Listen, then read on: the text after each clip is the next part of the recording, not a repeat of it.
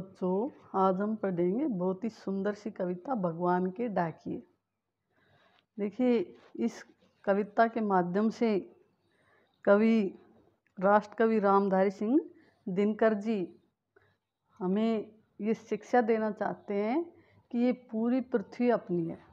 यानी जो हमने अपने आप को देश की सीमाओं में बांध रखा है, ये भारत के हैं, ये जो अमेरिका के हैं, ये चीन के हैं, तो इस प्रकार की जो सीमाओं में बांधे हुए हमें कवि हमें उनसे आज़ाद करना चाहता है। उनके अनुसार है ये पूरी पृथ्वी हमारी है, हम इसे जो है बांट करके इस प्रकार से भेदभाव नहीं कर सकते। संपूर्ण पृथ्वी अपनी है, ये भावना हमें भरना चाहते हैं। यदि हमें इस प्रकार की भावना आ जाए, सारी पृथ्वी अपनी है, इस प्रकार की भावना यदि हमें आ जाए तो ये पूरा संसार एक स्वर्ग बन जाए। यानी किसी प्रकार का भेदभाव, अपना पराया, लड़ाई झगड़ा, ये सब समाप्त हो जाए, कुछ भी नहीं रहे।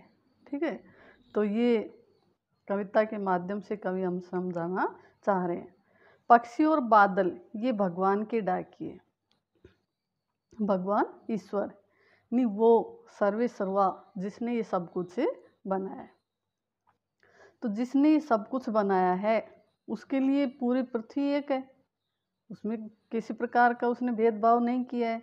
इसलिए वो पूरी पृथ्वी को जो है अपनी जो है एक मानते हुए कह रहे हैं कि पक्षी और बादल, पक्षी और बादल ये क्या है, भगवान के डाकिए। डाकिया क्या करता है, एक जगह से चिट्ठी दूसरी जगह पहुंचाता है और संदेशा देते हैं, एक जगह का संदेशा दूसरी जगह दे देता है। तो इसी प्रकार से बादल भी क्या करते हैं, ये जो है इस संपूर्ण पृथ्वी पर अपना संदेशा फैलाते हैं। बादल और पक्षी क्या करते हैं, पूरी पृथ्वी पर अपना संदेशा फैलाते हैं। तो इन्हें क्या कहा है, भगवान के डाकिए का है। किस प्रकार संदेशा फैलाते हैं, पक्षियों को देखा होगा, ये किसी सीमाओं में नहीं रहते, यानी एक दूसरे जो है देश में जाते रहते हैं। पक्षी यहाँ भी जो है दूसरे देशों से अपने भारत में बहुत से पक्षी आते हैं, जिनमें साइबेरियन पक्षी बताया गया है। तो ये जो पक्षी हैं ये किसी प्रकार की जो है देश की सीमाओं में बंधे हुए नहीं हैं, संपूर्ण पृथ्वी को एक मानते हैं और जहाँ मन किया वहाँ जाते हैं। यानी पूरी पृथ्वी इनका क्या है, अपना घर है। इसी प्रकार बादल है, बादलों को देखा होगा किस प्रकार से आसमान में घूमते रहते हैं। ये जो है गर्मी से पानी से भाप बनाते हैं और जब भाप ऊपर उड़ती है तो बादल बन जाते हैं, और ये बादल फिर वहाँ से जो है देश देश में जा कर के बरसते हैं। यानी इनके लिए कोई सीमा नहीं है कि ये भारत में बने और भारत में ही बरसे, नहीं, ये जहाँ मन किया वहाँ जा कर के बरसते हैं, क्योंकि संपूर्ण पृथ्वी एक है। तो ये पक्षी और बादल हमें एकता का संदेश देते हैं। तो ये भगवान इन डाकियों के माध्यम से, कौन से डाकिए, पक्षी और बादल, तो भगवान हमें पक्षी और बादल के डाकियों के माध्यम से संदेश देना चाहते हैं कि पूरी पृथ्वी एक है, इसमें किसी प्रकार का भेदभाव हमें नहीं करना चाहिए।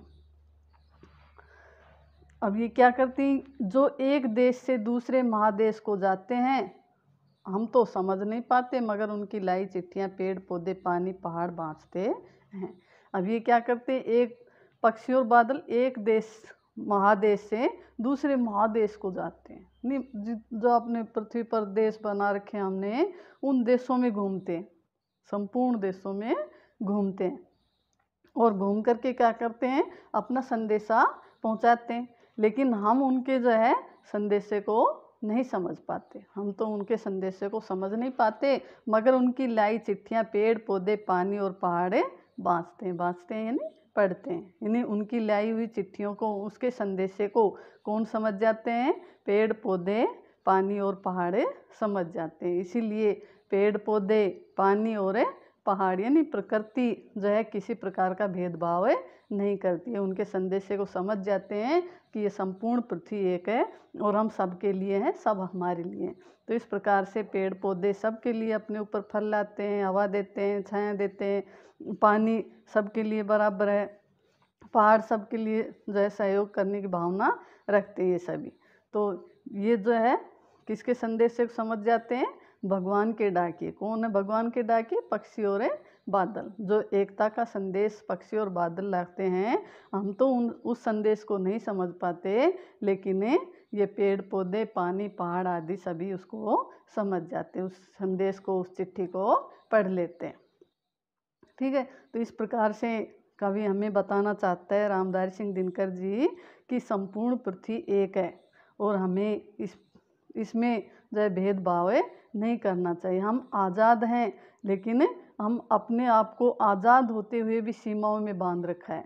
तो कवि चाहते हैं कि हम इन सीमाओं से बाहर निकलें और संपूर्ण जो है विश्व को एक समझें, किसी प्रकार का भेदभाव अपने मन में न रखें।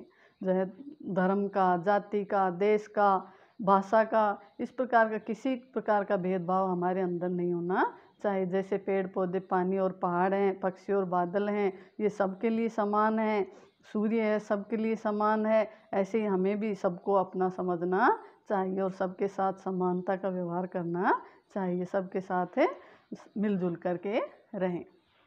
आगे देखिए, हम तो केवल यह आंकते हैं कि एक देश की धरती दूसरे देश को सुगंध भेजती है। अब कवि जी कह रहे हैं कि जो संदेशा लेकर के आते हैं पक्षी और बादल, तो हमें उस संदेशे को समझ नहीं पाते, केवल यह आंकते हैं, यानी अंदेशा लगाते हैं। क्या करते हैं? हम तो केवल अंदेशा लगाते हैं। क्या अंदेशा लगाते हैं? कि एक देश की धरती दूसरे देश को सुगंध भेजती है। हम तो जो है देशों में बटे हुए हैं, इसलिए हमारे मन में वही भावना रहती है और हम सोचते हैं कि ये दूसरे जो है देश की धरती की सुगंध इस देश में आ रही है, इस धरती की सुगंध उस देश में जा रही है। और वह सौरभ हवा में तैरती हुई, यानी वो जो सुगंध है, सौरभ सुगंध, वो हवा के माध्यम से, जो हवा चलती है तो उसके माध्यम से उसमें तैरती हुई पक्षियों की पाँखों पर तीरता है, यानी पक्षियों के पंखों के ऊपर तैरती हुई वो सुगंधे, और एक देश का भाप दूसरे देश में पानी बनकर गिरता है।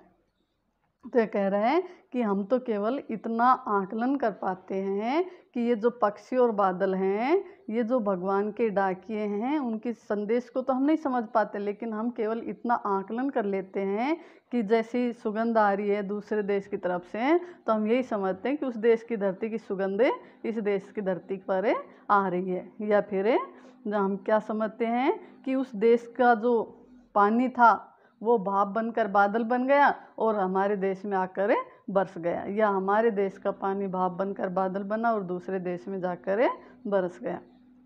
तो ये कवि कहना चाहते हैं कि हम तो केवल इतना आंकते हैं, केवल इतना अंदेशा लगाते हैं कि एक देश की धरती दूसरे देश को सुगंध भेजती है, और वो किस प्रकार से? वह सौरभ हवा में तैरते हुए पक्षियों के पंखों पर तीरता है, पक्षियों के पंखों के ऊपर तैरता हुआ हवा के माध्यम से दूसरे देश में पहुंचता है, और एक देश का भाप दूसरे देश में पानी बनकर गिरता है। और हम ये सोचते हैं कि बादल आए तो हमें लग रहा है कि ये एक दूसरे देश के पानी का भाप बनकर के बादल बने और दूसरे देश में जाकर बरस गए, यानी हम इनके एकता के संदेश को नहीं समझ पाते कि ये संपूर्ण पृथ्वी एक है, इसलिए इसमें किसी प्रकार का भेदभाव नहीं है। बादल कहीं पर भी जो बनते हैं और कहीं पर भी बरस जाते हैं, क्योंकि सब अपना है। तो कवि रामधारी सिंह दिनकर जी इस कविता के माध्यम से हमें संपूर्ण सारी पृथ्वी को शिक्षा देते हैं कि हम सब एक हैं। हम जो है इस प्रकार का जो है देश के सीमाओं में बांध करके हम जो भेदभाव कर रहे हैं, ये सब गलत है, क्योंकि प्रकृति तो ऐसा नहीं कर रही है। प्रकृति तो हमें एकता का संदेश दे रही है, वो तो हमें यही कह रही है कि संपूर्ण पृथ्वी एक है। जो पेड़ पौधे हैं, बादल हैं, पहाड़ हैं, नदियां हैं, सूर्य है, चंद्रमा है, ये सारे देशों में समान रूप से जो है घूमते रहते हैं और समान रूप से अपने जो है सेवा देते रहते हैं। तो फिर हम मनुष्य होकर के इसमें भेदभाव क्यों करते हैं? हमें भी तो एक समान रहना चाहिए, एक दूसरे का सहयोग करना चाहिए, और किसी प्रकार के अपनापन या परायापन का भेदभाव नहीं रखना चाहिए। सब हम हैं और हम सब हैं, इस प्रकार का संदेश हमें जो है लेना चाहिए। तो इस कविता के माध्यम से कवि ने हमें बहुत ही प्यारा सा संदेश दिया है। हमें जो है इस कविता को पढ़ कर के समझ गए होंगे। थैंक यू बच्चों, धन्यवाद।